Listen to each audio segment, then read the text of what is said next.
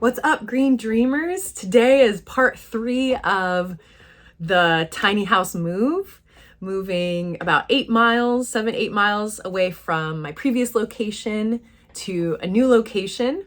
Last time I showed the move and the green dream rolling down the road. Same space, different place. The location we're in now is so beautiful. It's a little bit more rural, and so we're pretty close to some trails. You'll see some footage and you can kind of see out the window that it's very lush out here. Welcome to the green dream, the green dream. Welcome to the green dream, the green dream. Everyday tiny house living with NEC in the green dream. As you saw in the last video, the move went pretty smoothly. It was, the extraction especially went a lot faster than I expected, and I was really grateful for that. And getting it down the hill to the new location was also a bit exciting, but that went well. And so I'm going to show a little bit about getting settled in the new location. This was definitely, I think, the most hectic time because we were also moving my partner the following day. So I didn't get a ton of footage. So I'm going to maybe talk through some things a little bit more in this video. This is the mover placing the house on the new pad. This was definitely a more straightforward placement than the original location where, like I said, we had to wedge it behind a house.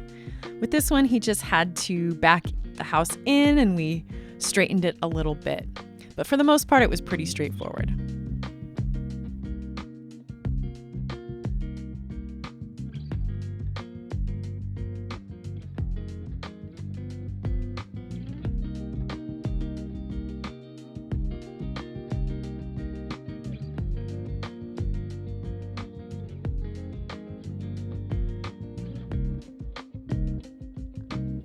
This is my partner and our friend and new landmate starting to level the house.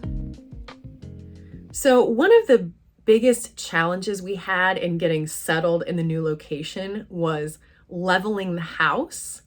And not just leveling the house, but for some reason, the door, when we had the leveling jacks at certain points, the door was very tight and we were having a hard time opening and closing the door easily. So this process went on over several days of getting it level, but then the door was kind of stuck, and then changing the jack so that the door could open and close easily, but it wasn't quite so level. And so now we have it at a point, I don't know if you can see my instruments behind me, but it's not perfectly level, but the door can open and close with ease. So we sort of settled at that point. But I think maybe later in the spring, we'll give it another go and try to see if we can get both the door to open and close easily and the house more level. But it's within reason. So we kind of left it at that. Let's have a little moment of zen checking out the new location. The house is next to this beautiful little valley by a creek. I have my makeshift mat there.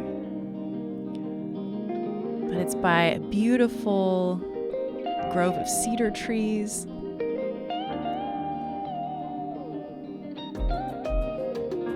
can see how close we are to the main house, probably about 50 feet away. You can also see here the gray water pipe, a little system that we built. And here's another perspective of the little house and the main house. And everything survived the trip pretty well. So for the most part, the move was pretty smooth. Nothing in the house broke or shifted in any weird way. Everything stayed pretty secure. And I think that if you saw the last video, and I'll show some footage in this one, I had packed things in pretty tightly. And I think that helped a lot, that nothing really could even shift around. I ended up putting a lot more in the house than I expected to. I thought we might go back to my old location and bring a few things over after the fact, but we didn't do that. One thing that was really pleasant about moving the tiny house is that since I had everything in its place and I'm in the same space, I really just that day just moved things back where they usually go for the most part. I left a few things in the main house while my partner and I were figuring out where certain things would go. But for the most part, house was delivered. I reassembled it later that day, and that felt really good. It felt like I was able to settle pretty quickly. So that was definitely a benefit of moving a tiny house, is that I didn't have to move my things into a house with different rooms and different closets and sort of a different configuration. I knew, this is the only place these books can go, and this is where this goes, and this is where that goes. So in that way, it was very smooth. And here's a view of the reassembly after that first day. Got most of my food back in the cabinets. You can see the house there. Got the dishes back as well. More food. Got my plant hanging up.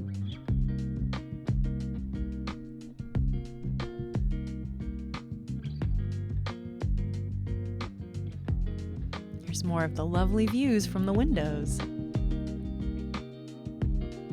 into the forest.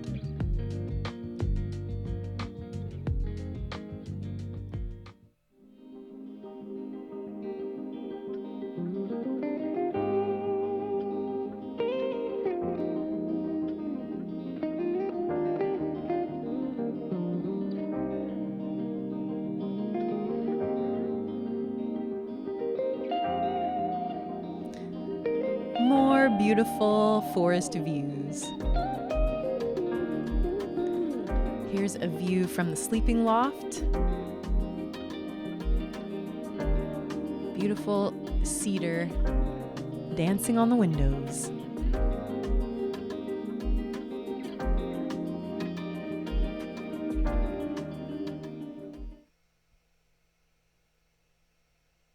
So the tiny house is a bit further away from the main house than it was at the previous location.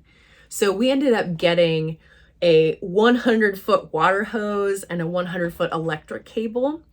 And we planned to hook up the water at one location at the main house, and that didn't end up working out. So one of our landlords that day basically figured out another arrangement for the water. So we ended up taking the water hose underneath this culvert that goes through this creek. And one of our other landlord was able to shimmy under the culvert. So thanks, Victoria, for doing that. It was sort of like a Shawshank Redemption moment, and was able to take that hose out the other side of the creek and hook it up at their well. So that was kind of a fun adventure. I'll show some footage of here. So here is the creek that's right by the house, and Victoria shimmied the water hose underneath there and hooked it up on the other side. Thanks for joining me today. If you want to see more about tiny house living, please subscribe to my channel. Please check out my music channel as well. I have a really silly video there about the challenges of romance in a small space. Thanks for watching. See you next time.